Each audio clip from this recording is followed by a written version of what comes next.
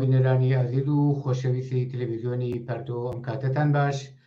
لە خزمەتانەوە بۆ پێشکەشکردنی ئەم بەشە لە بەرنامەی ڕۆی تەلەڤیزیۆنی پەرتۆ. لەم بەشە لە بەرنامە داوەتمان کردووە لە عەبدوڵڵا دارابی ئەندامی کۆمیتەی کوردستانی حیزبی حکمەتیست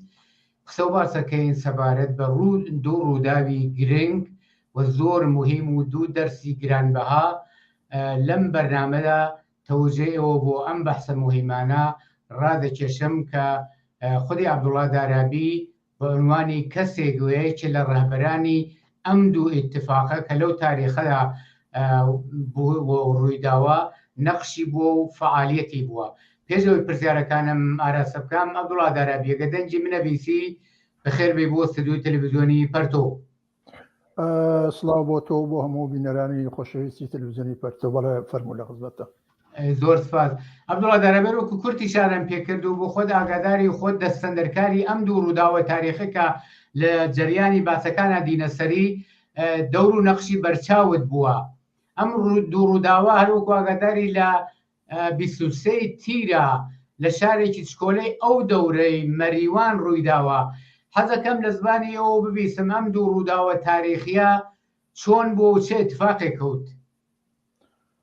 بەڵێ زۆر سپاس. هەروەکو توێژی شارە پێکرد، من سەرنجی بینەرانی خۆشەویست بۆ ئەوە ڕاکێشم کە ئەم دوو ڕووداوە تاریخیە کە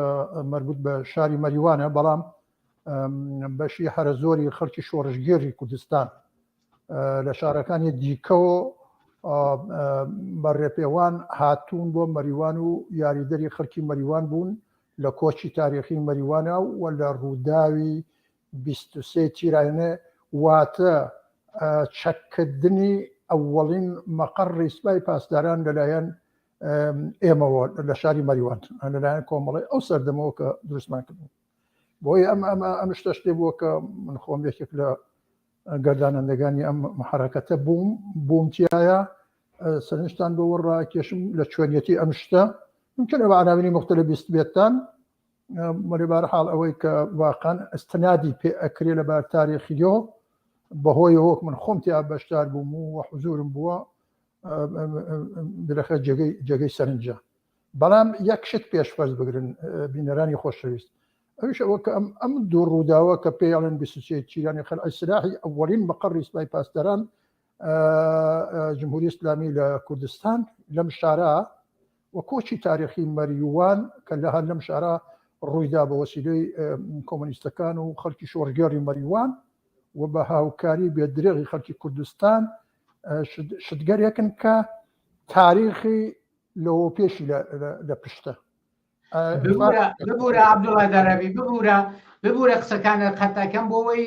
جوابی سوالەکەی من بڕێگت بە تێر و تەسەلی بدەیتۆ هەروەکو خۆشت دەزانی و منیش ئیشارەم پێکرد ئەم دوو ڕووداوە زۆر مهم بوون، لەوە مهمترەوەی کە خۆت دەستەندەرکار و نەقشی ڕەهبەری بووە لەم ڕووداوانەدا.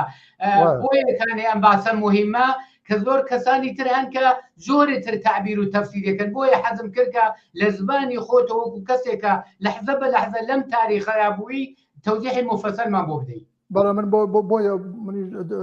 ئەینی ئەو شتانم باس کە تۆڵم گەرەکمەوە بڵێم کە تاریخی مبارزاتی خەڵکی مەریوان و کۆمۆنیستەکان 10 ساڵ پێش ئەم ڕووداوە لە نەزەرا بگرین کە خەبات و ئێعتراز و ناڕەزایەتی گەورە بە ماوەی 8 ساڵەوە پێشی کە تا ڕوخانی ڕژیم ئەکاتە نزیک دەهەیەک بەرەخەرە پشتوانەی ئەسڵی ئەم حرەکەتانە بۆ کە ئێمە توانیمانە تاریخی وا بخولقێنین، یعنی خالقەکەی خۆمان بووین. خەڵکی مەریوان بووە کۆمۆنیستەکان بە تێکەڵی پێکەوە و ئەمە مەسەلەیەک مهمە. منزور وەسە کە لەخۆ نەکرا کە ئێمە کۆچێ بکەین یا لەخۆ نەخولقا کە ئێمە ئەوەڵی مەقەڕی سوپای پاسداران، بەڵکو ئەو توانایی و ئەو ئیمکاناتە و ئەو هوشیاریە کە لەو سەردەما ئێمە و خەڵکەکە پێکەوە بوومان ما حەسەڵی 10 ساڵ خەبات لەوە پێشترەکە لە شاری مەریوانە لە دێهاتەکانی مەریوانە بە هاوکاری لەگەڵ خەڵکانی دیکە لە شارەکانی سنە، کامیاران، هەورامان و شوێنەکانی تر بەهەر حاڵ بەبەست وایە بۆی ئەم تەمسەرەمە باس کرد کە خودی ئەم ڕووداوە ئەگەر ئەو پشتوانەیە نەبوایە ئابەم سادەگیە ڕووینێدا و بەم شێوە هەرە باشە خەڵکی شارێک کۆچی پێ نەیەکرا بە فەرمانی کۆمونیستەکان ئەگەرکم و ئەمە تەئکید کەم فقط و دیارە وەکو ئەبووش باسی لێکرد تەفاسی زۆر بەر تەفاسی ناگیرێت کە چۆنە بەڵام ئەوەی کە من لێرە باسیەکەم بێتمینانۆت 100% ئەم شتە واقعین کە لێرە باسیەکەم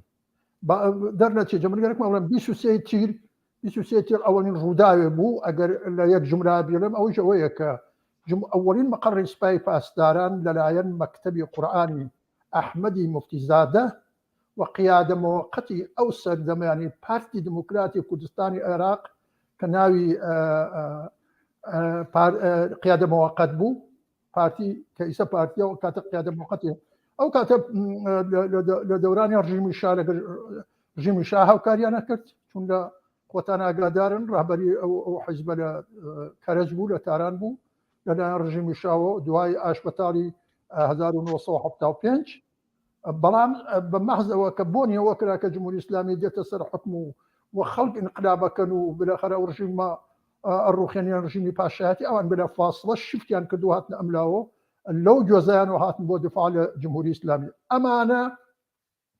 هەوێنی ئەسڵی و ماتریالی ئەسڵی ئەو حرەکەتە بوون کە سوپای پاسداران لە مەریوانە بتوانێت ئەوەی مەقڕی خۆی دابنێ لە ناو شاری مەریوانە چون پادگانێکی هەیە پادگانەکە جیایە من گەرەکمە بڵێم کە تەواوی کۆنەپەرستان و مرتەجعینی شاری مەریوان کە ماوەی 10 ساڵ بوو ئێمە لەگەلیانە مەبارزەمانە کرد ئەلەیان مقابلەمانە کە شەڕی تند و تیژمان کردو بوو هەمووی ئەوانە ئەگەر بخەیتە سەر یەک لێرە کۆ بوو بە نیرو بۆ جمهوری ئیسلامی و ئەوانە هاتن مەقڕێکیان دانا لە ساختمانی ساواکی ڕژیمی شای ڕووخاوە کە بۆ سیرەی خەڵ لە قیامی 57 تا سەر نبوون ببوو لەوێ مستەقەر ببوون ئەمان بەلەوەیش مستەقەر بن هەروەکو باسم کرد بەرامبەر بە خەڵک وێسا بوون بەرامبەر بە کۆمونیستەکان وێسا بوون بە تایبەت بەرابەر بە ژنان ئەم ئەحکامانە کە ئیستا جمهوری ئیسلامی دەریەکاوە بۆ مەسەلەی ڕووسەری و بۆ فشار بەسەر ژنان و بۆ نامەساعدکردنی جەوی سیاسی و ئیجتیماعی و کۆمەڵایەتی خەڵکی مەریوان و خەڵکی شوێنەکانی دیکە هەرو شوێنانەکەمانیتیا بوو ئەمانە هەموو داستانە کارگەلێکن کە پێش قیام کراوە پێش قیامێنێت لە سەرەتا ڕوخانی ڕژیمی شا و هاتنە سەرکاری ڕژیمی خومەینی بەلەوەش ئەمانە کراوە و لە مەقابلی شا تەقابلی جدی کراوە لەلایەن ژنان و لەلایەن گەنجان و لەلایەن کۆمونیستەکان و خەڵک بە تێکرا وەکو خەڵکی شاری مەریوان بۆیە هەموو ئەمانە جەمەوە بوو کە ئەگەر دوای ئەم ڕژیمەکە خەڵ ڕوخان وێتی ئەگەر ئیجازە بن جمهوری ئیسلامی بەڕەحەت بێتە سەر حکوم ئەمیش درێژە دەری ئەو سیاسەتانەیە ئەوە و شاید لەویش خراپتر بێ بۆیە تێگەیشتنی خەڵک ئامادەگی خەڵک بۆ بەربەرەکانێ شتێک نەبوو کە هەر ئەو چەند ڕۆژە و یا ئەو چەند مانگە و یا ئەو دەرفەتە 6 مانگە دوای ڕژیمی شا ئەم حرەکەتە ڕێبخات و ئەم حرەکەتە ئیجادکە بەڵکو ئەو زمینە سیاسی اجتماعی بوو کە لە پێشا ئیشارەم پێکرد بە کورتی و ئەمە بۆ باعثەوە کە ئەوان ئەم تەقابلە و هاوچارەوسی خۆیان لەگەڵ ڕژیم جمهوری ئیسلامی ئەعلام کەن سوپای پاسداران دابنێن بۆ ئەحکامی کۆنەپەرستانی جمهوری ئیسلامی کە چۆن دەستی پێکرد و خەڵکوشتن و ئازیەت و ئازار وەلعان 44 ساڵە ئیدامە هەیە هەر لەو کاتەوە دەستی پێکرا بوو ئەم خەڵکە چۆن جەمە بوو خەڵکە خەڵکی شاری مەریوان بوو خەڵکی دێهاتەکان بوون کە ماوەی 10 ڕۆژ لەوە پێش ئەم ڕووداوە کارمان بۆ کرد بوو هەوڵمان بۆ دابوو تەقەلامان بۆ دابوو کە بتوانین هێزێکی گەورە بەسیچکەین و بە بەهانەی ئەوە کە ئێمە ئەڕۆین اعتراض ئەەکەین بە تەلەڤیزیۆنی مەحەلی ڕژیم کە دفاع لە بازرگانەکە و دفاع لە ڕژیمەکە و دفاع لە دەستاوەردەکانیەکە لە سوورەتێکە شار بەدەستی خەڵکۆیە ئەمە بووە بەهانەی بۆ ئەوە کە ئێمە داوا بکەین لە خەڵک کە وە خەڵک داوا بکە لە ڕژیم ئەم مەقەڕەکە داوناوە بەناوی مەکتەبی قورئان ئەمە مەکتەبی سوپای پاسدارانە و سوپای پاسداران و مەکتەبی قورئان پێکەوە داهێناوە ئەمانە زدی ژیانی ئێمەن زدی گوزەرانی ئێمەن چەندین ساڵ ئێمە لەگەڵ مەکتەب قورئان دەست و پەنجە نەرمەکەین بۆیە ئێمە ئیجازە نادەین بە ئێوەم کارەکەن بۆیە هەر بۆنەوە ئێمە ئەتوانیمان بەو ئامادەگیە کە خەڵک بووی ئەو خەڵکە بەسیجکەین لە 23 تیرە بڕۆین بۆ شوێنی ڕادیۆیەکە لە مەریوانە بوو تەلەڤیزیۆنێکە لە مەریوانە لەو کاتە بڵاویانە کردو رادیۆ تەلەڤیزیۆن بۆیە ئەو مەقەڕێش کە باسی یەکەم بە ناوی مەقەڕی مەکتەب قورئان تقریبا لە 200 متری ئەوە قراری گرت بوو ئێمە ڕۆشنەوێ و قسە باسی خۆمان کردو لە کاتی گەڕانەوە داوامان کرد بە بەڵەنگۆکە من بەدەست خۆشمە بوو بۆ ئاگاداریتان داوام کە لە مەکتەبی قورئان کە چەکەکانتان دابنێن بۆ ئەوە کە خوێنە لوت کەس نییە و تەسلیم بن چون هیچ ڕێگەیەکتان نییە ئەم شوێنی ئێوە نییە و خەڵک ناڕازیە و ئێوە بێ ئیجازەی خەڵک و شورای شاری مەریوان کە ئەو کاتە مستەقەر ببوو پێک هاتبوو لە خەڵکی مەریوان و خەڵک خۆیان دایان نابوو بەڵکو ئێوە ناخواستە بدون ئیجازە هاتوون هەموو کۆنەپەرستانی منتەقەتان هێناوە و قیادە مەوەقەتتان هێناوە و خۆشتان و بالاخره گەرتانە شارەکە نائەمنکەن شارەکەکەن بە مەیدانی ڕمبازێنی جمهوری ئیسلامی کە ڕژیمێکە غێر بە کوشت و کوشتا چون زووتر ئێمە لە چەندین کۆبوونەوە و جەرەسا بۆ خەڵکمان باس کردووە گە جمهوری ئیسلامی بێت چیەکەم چیناکە یعنی ئێمە زۆر بە ڕۆشنی خەڵکمان لە کۆبوونەوەکان خۆمان تێگەیاندبوو چەند مانگ لەوە پێش هێشتا لە پاریس وتومان هاتنەوەی جمهوری ئیسلامی خراپترە بێ ئیدامەدەهەندەی ڕژیمی شابێ و لەویش خراپترە بێ بۆ یەک ئێمە هاتین وەختی قسەمان کرد و داوامان لێکردن و خەڵکەکە داوای لێکردن ئەوان لە جوابی داواکەی ئێمە بە ڕەگبار بەربوونە خەڵکەکە لێ سێ شەهیدماندا و چەند بریندار یەکێک لەو شەهیدانە محەممەدی دەرسید بوو محەممەدی دەرسید خۆی یەکێک لە ڕەهبەرانی بەرجەستەی کارگەرانی شارەداری بوو مەسئولی کرێکارانی شارەداری بوو کەسێکی معتەمەد لە شاری مەریوانە بوو کە واقعان خەڵک بۆ پەڕی حەز و ئارەزوی خۆیان و خۆشیان گەرک بوو استقباڵی لێ کرد و ئەو کەسە بە حەدێک بەخۆی ئاپەرماوە کە ئەم شەڕە نەیاڵێ سەر بگرێ و نەیاڵێ ئەمانە مستەقەر بن کە لە حەد و حودود بۆ دەرەوە ئەسان من و چەندین ڕەفیقی تر داوامان لێکرد مەچۆ چون ئەمانە ئەوە نین کە تۆ بڕۆی داوایان لێ بکەی لەگەڵ جەماعەتێکە چەند کەسێکە بەیەک ڕۆشتن ئەوڵین کەسێکە شەهید کرا محەممەدی دەرسید بوو یادی هەزاران جار بەخێر بێت و دەوێت دەست بەجێ گیانی بەخت کرد لە پێناو ئازادیە لە پێناو بەرابەریە لە پێناو خۆشبەختی خەڵکە خەڵکی کوردستان و خەڵکی ئێرانە و بە شوێنە محمود بالیکی بوو کە ئەویشێک لە پێشمەکانی یەکەتی جوتیاران بوو کەسێکی سەمیمی و خۆشناوی خەڵکی ئاوایی بالغ لە حومەی شاری مەریوان بوو و یەکێکی ترشیان ڕۆفی کۆنەپۆشی کۆمۆنیست و هاوخەباتی ئێمە بوو دەست بەجێ لە جوابی ئێمە لە ئەوەڵین جوابی ئێمە بە تەقەی ئەوان جانیان بەخ کرد ئەو سێ کەسە و چەندین کەسی تیشمان بریندار بوون و بیمارستانی ئەسلی مەریوانی لەو کاتە لە 100 متری ئەو شەڕا بوو واقع ببوو ئەوەی کە بریندار بوو ئێمە بردمانە بیمارستان و شەڕ دەستی پێکرد شەڕ ماوەی زیاتر لە ساعتی نیوێ بوو خۆش ئاگاداریشتان پادگانی شاری مەریوانیش لە 2 کیلومتری ئەو کاتی شارە بوو مرکزی شارە بوو وەلەیسە تێکەڵ بووە بەهۆی ئەبزایشی شارۆ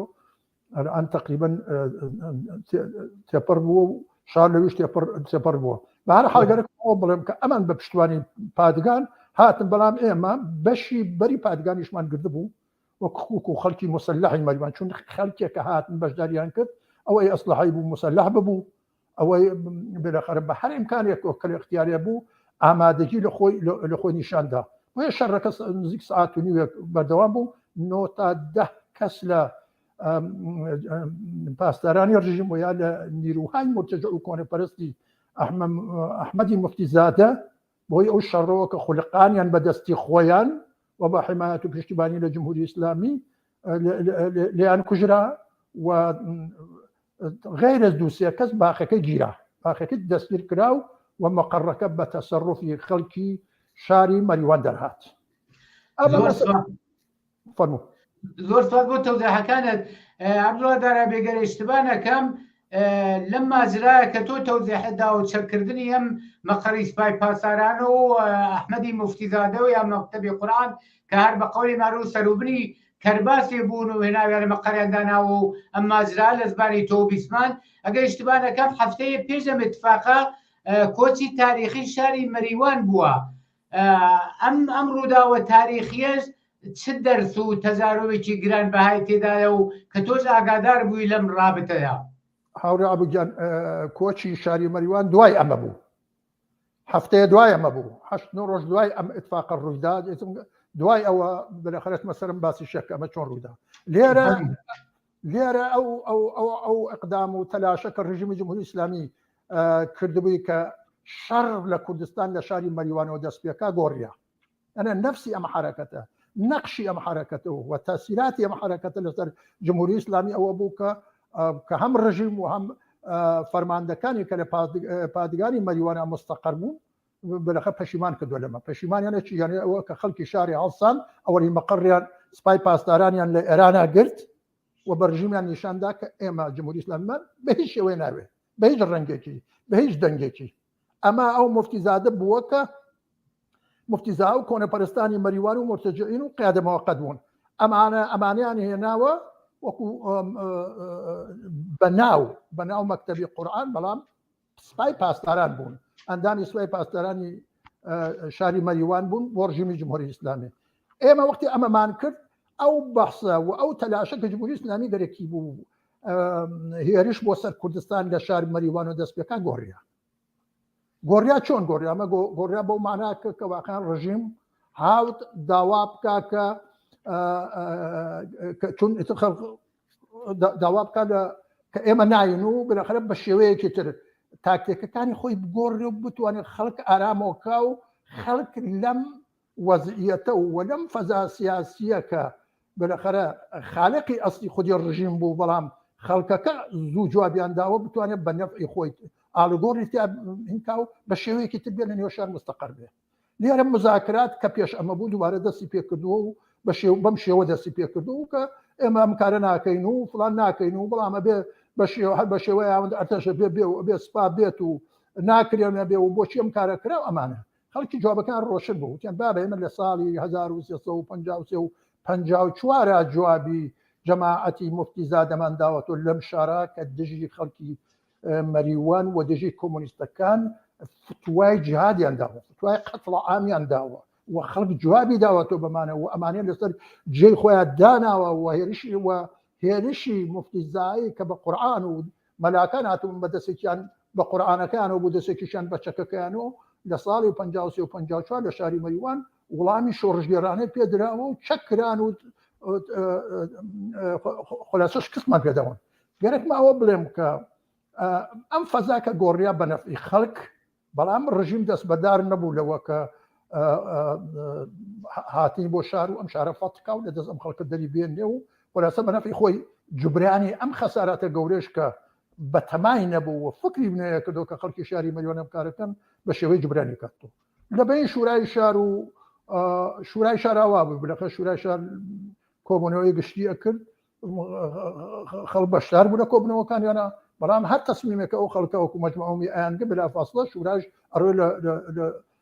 لەگەڵ نوێنەرانی ڕژیمە نوێنەرانی جۆراوجۆری ڕژیمە بلەخەرە باسی لێ کرد و هەم نوێنەرانی ئەسڵی خومینیشی تیا بوو بۆ ئاگاداری تۆ تەواوی ئەو مزاکراتانە کە لە شاری مەریوانە لە ماوەی 15 ڕۆژێکە هەم پێش و هەم پاش 23 تیر و حتا چ جریانی لە کاتی کۆچی مەریوانە بلەخەرە ئەمە هەر ئیدامەی بگەرێکمە ئەوە بڵێم کە ئەم فەزا لەلایەکۆ ئامادەگی خەڵ لەلایەکۆ ڕژیمیش مستەئسل لەوە کە تەرحەکەی نەیگرت ئەم سیاسەتەی کە گەریکی لێرەوە شەڕ دەست پێ بکات لە کوردستان بگرێتەوە و ئەوەی مەقەڕی دابنێت بۆ ئەو بتوانێت لە شوێنەکان تر دایبنێ ئەمانی هەموو پوشەڵ کراوە بۆ سێ خەڵک. بۆیە ئەم مزاکرە تا شەوی سی لەسەر 31 تیرمانگ بوو کە هەر ئەم مانگەیانە هەفتەیە دوای خۆرداد بوو کە دووارە خەڵکی مەریوان بەو تەسمیمە گەیشتن دوای ئەم کۆبوونەوەی یەک لە دوایەکە کە شار جێبێڵن. لێرە سەرنجتان بۆ ئەمە ڕاکێشم زۆر شت وتراوە کە ئەم ئیدە کێ تەرحی کرد، ئەم ئیدە کێ ڕۆشن کرد؟ ئەم ئیدە خەڵکی داشتێران تەرحیان کرد. خەڵکی داسیان بۆچی تەرحیان کرد؟ خەڵکی داسیان ساڵێک و 3 مانگ بەر لەوە دوای 7 ساڵ مبارزە لەگەڵ ڕژیمی شا تەجاربیان لە هەموو بەشەکانی دیکە خەڵک لە شاری مەریوان و دیهاتی مەریوانە زۆرتر بوو، محکەمتر بوون، ڕۆشنتر بوون، پیرانەکان و تاکتیکانی ڕژیمیان چاکەناسی وانزانی ئەم ڕژیمەش کە ناوێت ڕژیمی ئیسلامیە ئیدامە ڕژیمی پاشاییە. بۆیە ئەوان ساغ بوون لەسەرەوان، ئەوان ساغ بوون بەلەوە قسەیان کەوتیان ئەگەر ئێمە بە نەتیجە نەگەیشتین بالآخر ئەم شارە چۆڵکەین با خەڵق قەتڵعام نەکرێت، با ڕژیم ئەگە گەرێکی بێت شار مەریوان بگرێت، شارێکی خاڵی لە سەکەنە بگرێت و خۆی بۆ خۆی شیەکە لەگەڵ دار و دیوارە بڕۆ بیکە، بەڵام لەگەڵ خەڵکی مەریوانە نییە. ئەم تەسمیمە بە نەزەمە تەسمیمێکی فوق العادە گەورە بوو، فوق العادە بۆ معناکە لە یەکداونەوەی زۆری لەسەرکرا بوو. بۆ یەکێک لەو کەسانە کە فواد بوو پرسیاری ئەوە بوو ئایا ئێمە ئەم کارمانە بۆ کرێت؟ خەڵکی داسیا جوابیان داوە کە بەڵێ نیگەرانکردنەکەی مە بنێ مەجێبەجێیەکەین، ئێمە و خەڵکی شۆڕژگەری مەریوان مەجێبەجێیەکەین. بۆیە من گەرەکمە کە گوێگری خۆشەویست ئەم تاریخە باش بزانێت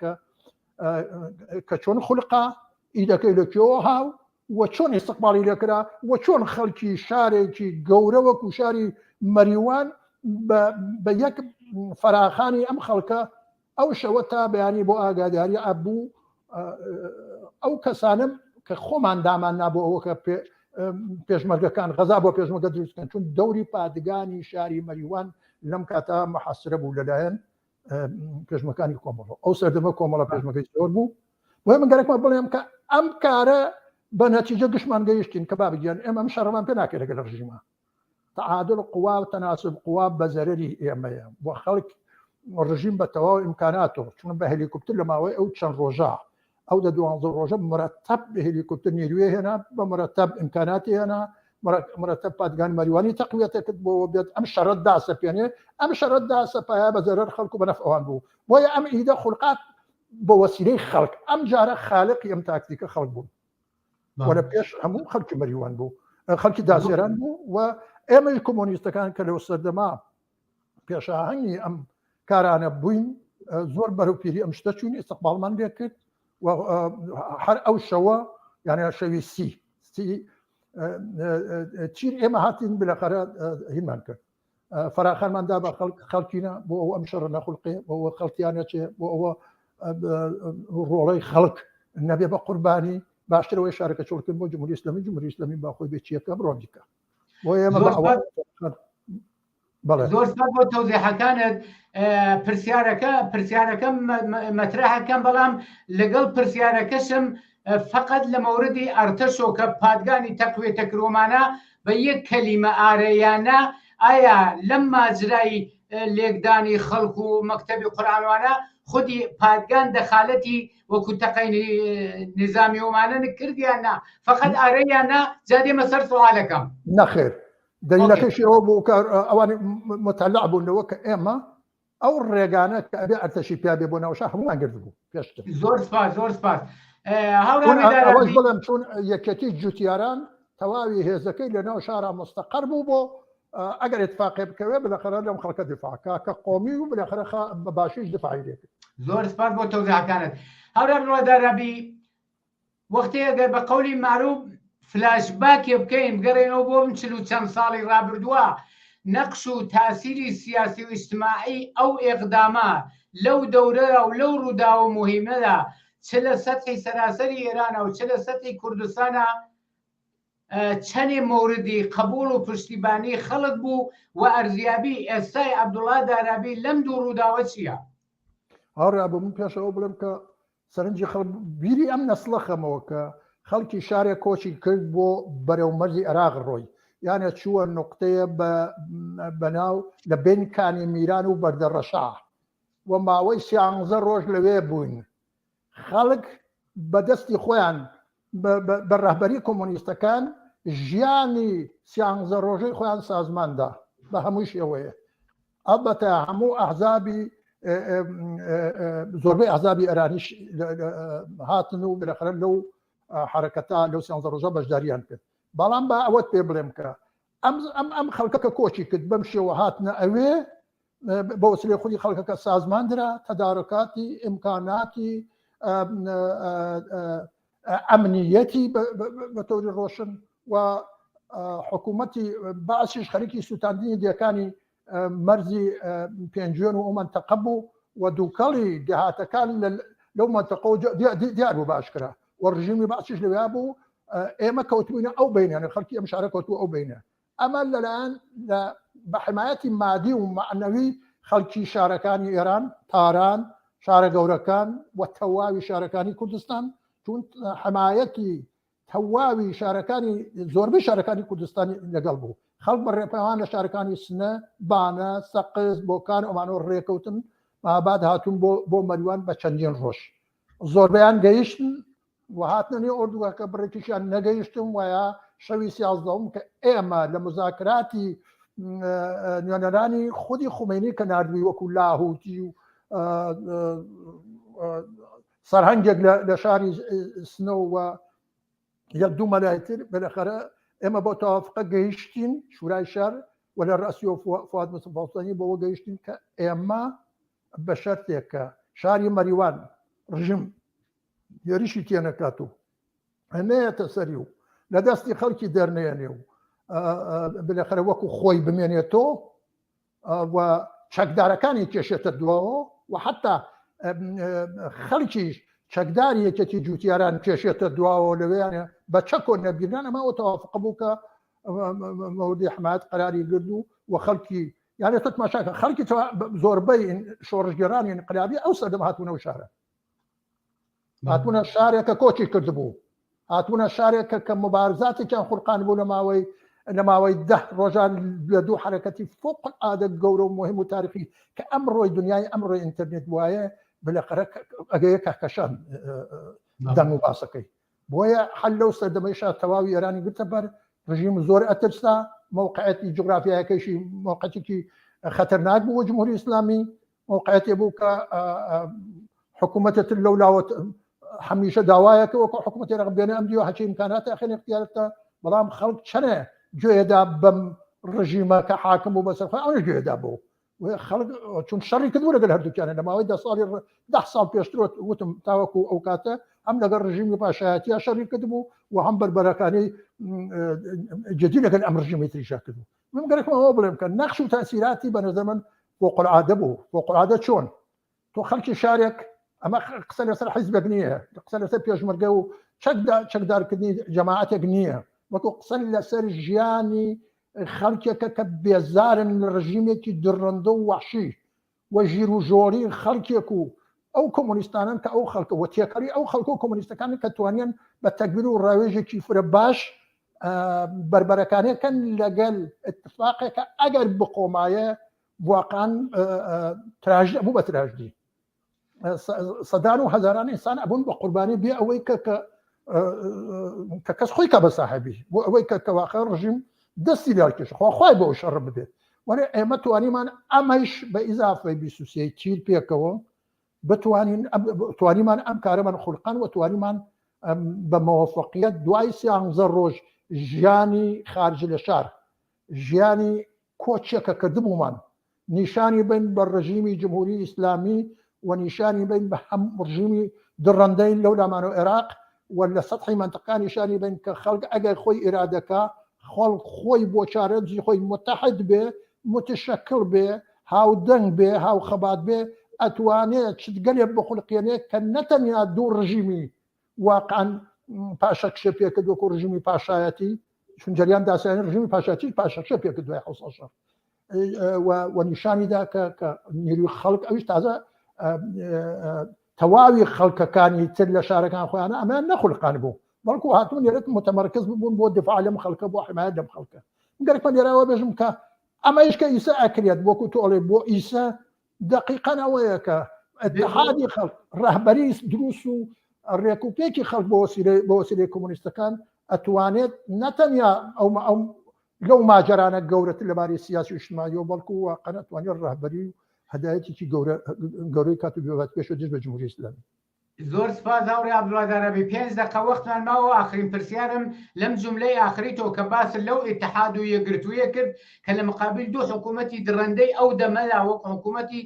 پالەوی و حکوومەتی سەدام توانیان ئەم نەخشە تاریخیە بخڵقێنن. دقیقاً ئەمیز ڕەبتی بدەمەوە بە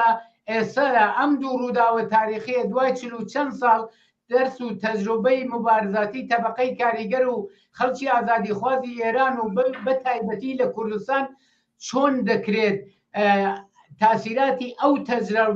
تەجروبە کە الان باتەوەزی بە مێدیای جەهانی و گلۆبالیزم و نازانم ئەم شەبەکەی اجتماعیانەی کە سەدان و هەزاران بەرابەری ئەو دەورە سەرێتر ئیطلاعات و تەماس و ئینفۆرماسیۆنەکان ئەتوانێت انتقال پەیدا بکە، دەتوانێت لەم دەورەدا ئەم تەجاروبەی کە ئەن تۆ باست کرد لەم دەورەیە چۆن بەکاربێنین. ئەگەر بەکاری بێنین و ئەم تەجروبانە ئەگەر مثبەتە و جواب بداتەوە چۆن و بە چ ڕێگایە توانین ئەم کارە بکەین؟ من گەرەک مەڕووکەمە خەڵکی تێکۆشەری کوردستان و هەروەها خەڵکی ئێران و بەتایبەت خەڵکی کوردستان ئەڵێم کە ئەوە بزانن کە ڕۆڵەکانی ئێوە کە سوکاری ئێوە باوکو و براکانی ئێوە لە 14 لەمە پێش ئەم ماجرانیانە قولقانوە ئەم حرەکەتانیانە سازمان داوە ئەم ئەترازاتانیان بە دروستی ڕاهبەری کردووە لە مەقابڵ دوو ڕژیمی پاشایەتی و ڕژیمی جمهوری ئیسلامیە. جا بۆیە من گەرەکمەوە بڵێم کە لە ماوەی ئەم 14 ئەخیرە 44 ساڵی ڕابردووە بالآخرە تەجاربی گرانبەها ئیسە بەدەست نەسڵهای ئەم ڕۆژۆ هەست. ئەمە یەکێک لەو ئولوگە مهمانە کە بڕوا بکەن بەوە کە ئەمە ئەگەر کۆمۆنیستەکان لە ڕاهبەریان نەبووایان ئەمان سازمان نەدایە فداکاریان بۆ ئەم کارە نەکردم کارە کە پێمان تەحمیل کرا ئابەم شێوە بە ڕێکوپێکی نەیەشوە پێشەوە. ئەم دەنگە عەزیمە و ئەم بەم کەیفێتە عەزیمە و نەیەچووە بەرەوە. بۆیە ئێوە ئەبێ جارێکی تر بێن و بڕواتان بەوە بێ کە ئەگەر سەرگوریز بەدەست کۆمۆنیستەکانەوە بێ ئەگەر ئەم باوەڕە جارێکی تر بۆ ژیان و بۆ داهاتوو بۆ مستەقبەلی ڕۆڵەکانمان ئێمە بەباشی بەرینە پێشەوە دڵنیاتان ئەەکەم کە مهمتر لەوە ئێمە وە زووتر لەوەش کە ئینتزارمانەیە خەڵک ئەگا بە چارەنووسی خۆی و بە سەرنوشتی خۆی چۆن ئەگا بەمە الان لەم 14 ئێوە تەجروبەتان کردووە کە دۆستەکانتان چێن و نادۆستەکانیشتان چێن. دۆستان چێ و دژمنتان چێ. دژمن کە معلومە جمهوری ئیسلامیە و نادۆستەکانی معلومە ناسیۆنالیزمن کە لە ئەیسە لە هەر چوار پارچەی کوردستانە وجودی هەیە و 30 و چەند ساڵیشە لە کوردستان عێراق و وجودی هەیە بە چاوی خۆتان دیتانەوە و ڕۆژڕەشی و هەژار بۆ بەختی خەڵکی هەژار و فەقیری کوردستانی عێراقشتان دیوە. ئەمانە کە ئیسە بەناو ناسیۆ کوردایەتی هاتوونەتە سەر دەور و هەموو ڕۆژە هەم لە خۆیانە دەن و جالەوەش بەلەقەرە متەوەجە بوون کە واقعاً هیچ خاستویستێکی خەڵک هیچ خاستویستێکی تەبەقەی کارگەر بەرابەری ژن و پیاوین ئەوان نییە ئەشە متەوەجێ ئەوە بن کە ئێوە جەریانێک ئەتوانێت خەڵکێک ئەتوانێت ڕەهبەرانی ئەتوانن و واقعاً لە چارەنووسیەوە بەشدار بن کە تاریخێکیان لە پشتە ئەو تاریخە گەورانە کە ئەو ڕوویداوە فقط ئێمەی کۆمۆنیستەکان لە ڕەهبەریا بوون کە بەداخەویسە بەشێکی بەرچاوی نەماوە و بەشێک لەم لە ناسیۆنالیستانش کە ئەو سەردەما حزوریان بووە و بە تەئسیر لە کۆمۆنیستەکان لەژێر پەرچەمی کۆمۆنیستەکانە کاریان کردووە ئیسا هاتوون بەخاتر دلار و دینار خەریکن منفعات و بەرژەوەندی شخصی و شخصی حەقیری خۆیان و حزباتی خۆیانی پێبەرنە پێشۆ لە ناوی ئەو کەسانی ئیسفادەیەکەن. ئەگەر ئەو کەلیمە و ئەو ناوەی لێ دەربێنیەوەنە ناتوان جوابن چون جوابن باشتر لە یەکێتی نیشتمانی و باشتر لە پارتی و ئەحزابی ناسیۆنالیستی کورد لە کوردستان عێراق کە 30 ساڵ حاکمیەتەکەن باشتر نییە. بۆیە گەرەکمە بێژم ئەتقا بە خۆتان لە پێش هەموو شتێک ئەتقا بە تەبەقەی کارگەر، ئەتقا بە بەرابەری ژن و پیاو، ئەتقا بە ئازادی خوازی بۆ ئەوە وەقرانی خەڵکی ئێران حد 20 ساڵ و 30 ساڵ و 40 ساڵ جارێ بێ ڕژیمە بڕوخێنێ و بەڵام یەکێتر بێت هەر دژمنێکی تر بە ناوێکی تر بێ. ئەم ڕابە ئەوە کە بتوان خۆتان بەسەر چارەنووسی خۆتانە بەشدار بن ئەبێ لەگەل دۆستانی خۆتان کە کۆمۆنیستەکانن. کۆمۆنیزم بریتیە لە بەشێک پێشڕە و بەشێک هوشیار بەشێ ئاگاهی تەبقەی کارگەر کۆمۆنیستە جیاواز لەمانە نییە بۆیە ئەگەرم ڕام پەرچەمە بەدەست تەبقەی کارگەرەوە نەبێ بەدەست کرێکاری کۆمۆنیستۆ نەبێ وەکو ئەو تازە ئەو سەردەمەی ئێمە زۆر کچ و کاڵتر بووین لە ئێستا ئێستا خاوەن دەها تجاربی گەورەین خاوەنی زۆر شتین کە ئەو ئانە بەڕاستی نەمانەزانین وەلی فدەکاریمان زۆر لە خۆمان نیشاندا بوو ئەگەر ئەمە بەم شێوە نەڕوان پەرچەمە بە ئێتزاز دەرنەیە لە کوردستانە لە ئێرانە و تێکەڵی خەڵکی ئێران و خەڵکی کوردستان ئەمە بەباشی نەبا بەڕێوە و لە ژێر ئەم چەتران نەبێت بەنێزر من هیچوە بە ئارەزوەکان خۆی ناگا وەلەو جمهوری ئیسلامیش بڕوخێ چون ڕوخانی جمهوری ئیسلامیش بەشێکە حکوومەتی استقراری حکوومەتی خەڵک استقراری شوراکان حاکمیت و دەسەڵات و چارەنووس بۆ وسیلەی خودی تەبقەی کرێکار و خەڵکی زەحمەتکە لەژێر ئەم پەرچەمە ئەمە 10 بەرابەر ڕوخان ڕژیم مهمترە بۆیە ئەبێ ئەمڕا کۆتر بن لەم حەومانە کە ڕوویدا لە ساڵی 96 لە ساڵی 98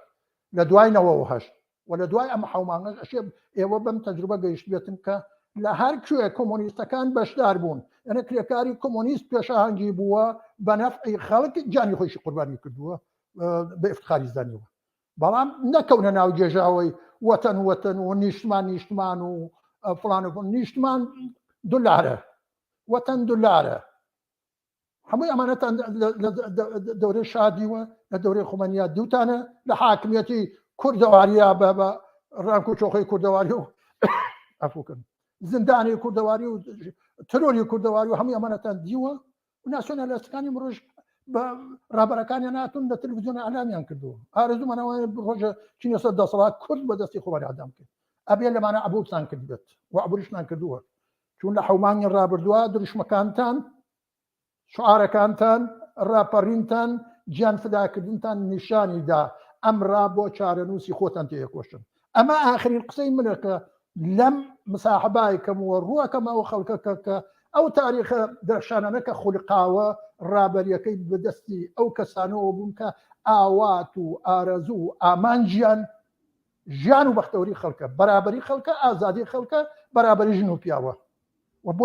بۆیە ئەبێ ئەمە ئەم پەرچەمە جارێکی تر گەشاوە لە کوردستان و لە سەرتاسەری ئێرانە هەڵکرێت ئەلعان زۆر شت گۆڕیاوە بەنەفی ئەم خەڵکە و تەداومی ئەمە و ڕوخانی ڕژیم و بەرزکردنەوەی ئاڵای شۆڕژگێڕانە و حاکمیەت و دەسەڵاتی شورایی ئەو شتەیە کە بەنەزەر من ئەبێت دەرسێک بێ لەم دوو حرەکەتە کە من لێرە ئیشارەم پێکرد زۆر بە کورتی چون زۆر شتی تایە کە بە دەردیەوەی خوا بەڵامەداخەوە مەجال نەبوو لەسەری قسەکەین ئەمە توانێت یەکێک لەو دەرسە مهمانە بێ بە ئیزافە هەموو ئەو دەرسە گەورانە کە خۆتان لە ماوەی 44 ساڵی ڕابردووان لە بەرابەر دڕندەترین وەحشیترین دەسەڵاتی برژوازی لە سەطحی جیهانایەوە لە خۆتان نیشانتان داوە هەر شاد و بەختەوەر بن زۆر سپاس عەبدوڵڵا داراوی بۆ تەوزیحکان و بۆ بەشداری لەم بەشە لە بەرنامەی ئەوڕۆی تەلەڤیزیۆنی پەرتۆدا سپاس بۆ تۆ بۆ هەموو بینەرانی خۆشەویست سپاس بۆ تۆش بینەرانی عەزیز و خۆشەویست بەم جۆرەهاتینە کۆتاییەم بەشە لە بەرنامەی ئەوڕۆی تەلەڤیزیۆنی پەرتۆ ساقی و سڵامەتیتان لە هەر کوێهان ئارەزوومانە شاد و سەرکەوتوو بن